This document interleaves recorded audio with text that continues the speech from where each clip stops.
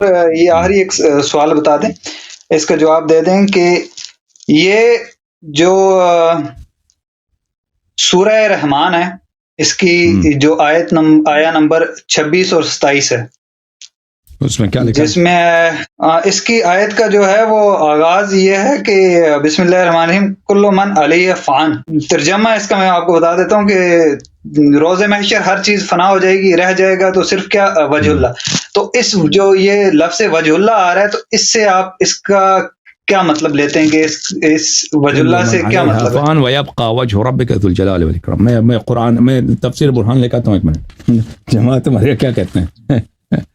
کہتے ہیں صرف اللہ کا چہرہ رہے، ان کہتے ہیں ہاں ان کے ہاں تو سب فنا ہو جائے گا نا، اللہ کا بدن بھی مستجیر اللہ، سب چہرہ بچ جائے گا۔ وہ تو کیا، وہ جو وہابی حضرات ہیں نا، وہابی، وہ کہتے ہیں قرآن میں مجاز ہے ہی نہیں، بس جس کو جیسا سوٹ کیا اس نے ویسا دین سمجھ لیا۔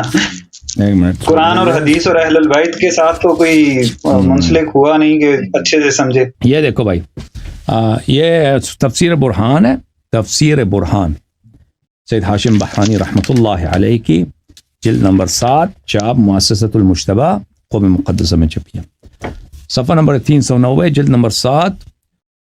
کل من علیہا فان ویبقى وجہ ربک ذو الجلال والاکرام۔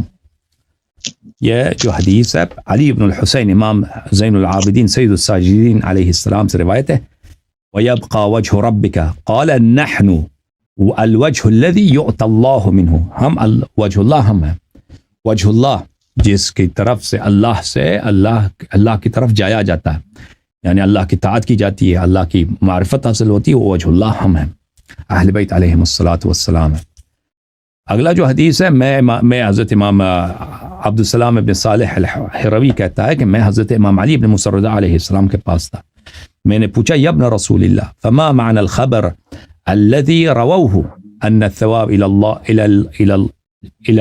ان ثواب لا الہ الا اللہ النظر الى وجه اللہ تعالی۔ اس حدیث کا کیا مطلب ہے کہ لا الہ الا اللہ کی طرف دیکھنا وجہ اللہ کی طرف دیکھنے کے برابر ہے۔ قال یا ابا الصلت، انہوں نے فرمایا اے ابا الصلت، من وصف اللہ بوجہ کالوجوہ فقد کفر، جو کہہ دے کہ اللہ کا چہرہ ہے جیسے لوگوں کا چہرہ ہوتا ہے، اللہ کا چہرہ ہے، وہ کافر ہے۔ ولیکن وجہ اللہ انبیاؤہ ورسلہ وحججہ صلوات اللہ علیہم، لیکن اللہ کا وجہ کون ہے؟ اللہ کا چہرہ ہے ہی نہیں، اللہ کے چہرے سے مراد کون ہے؟ انبیاء، رسول اور حجج الہی صلوات اللہ علیہم، ہم الذین بہم یتوجہ الی اللہ عز وجل ومعرفتہ، وہی ہیں انبیاء، رسول اور حجج الہی ائمہ اطہار علیہم السلام، وہ ذوات کریمہ ہیں جن کی طرف انسان رخ کر کے اللہ کی معرفت حاصل کرتا ہے، ان کی طرف رخ جب کرتے ہیں ہم، ان کی طرف ہم جاتے ہیں، ان کے احادیث پڑھتے ہیں، ان کے فرامین پڑھتے ہیں، ان سے اخذ کرتے ہیں، ان سے نور لیتے ہیں، ان کے فرامین سے، تو اللہ کی معرفت حاصل ہوتی ہے۔ جیسے ہم ابھی میری آپ کی معرفت نہیں ہے نا،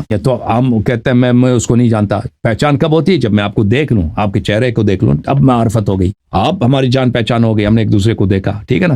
اللہ تعالیٰ کی معرفت کیسے حاصل ہوتی ہے؟ اللہ تعالیٰ کی معرفت، چہرہ تو ہے نہیں، جسم تو ہے نہیں، اللہ نور سماوات والارض ہے، جو جسم جو ہے وہ اللہ کے لیے نقص ہے، جسم جو ہے جسم محتاج ہوتا ہے، جسم مخلوق ہوتا ہے، چہرہ والا مخلوق ہوتا ہے، چہرہ والا کا موت ہوتا ہے، چہرہ والا کا جنم ہوتا ہے، اللہ تعالیٰ کا نہ موت ہے، نہ احتیاج ہے، نہ اول ہے، نہ اختتام ہے۔ تو اس لیے وہ اللہ تعالیٰ کی معرفت کس سے ہوتا ہے؟ بھلے ائمہ اطہار علیہم السلام سے۔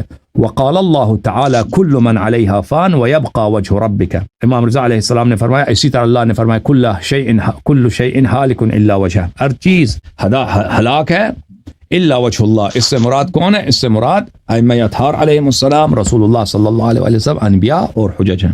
اوکے میرے بھائی، صحیح ہے، صحیح ہو گیا۔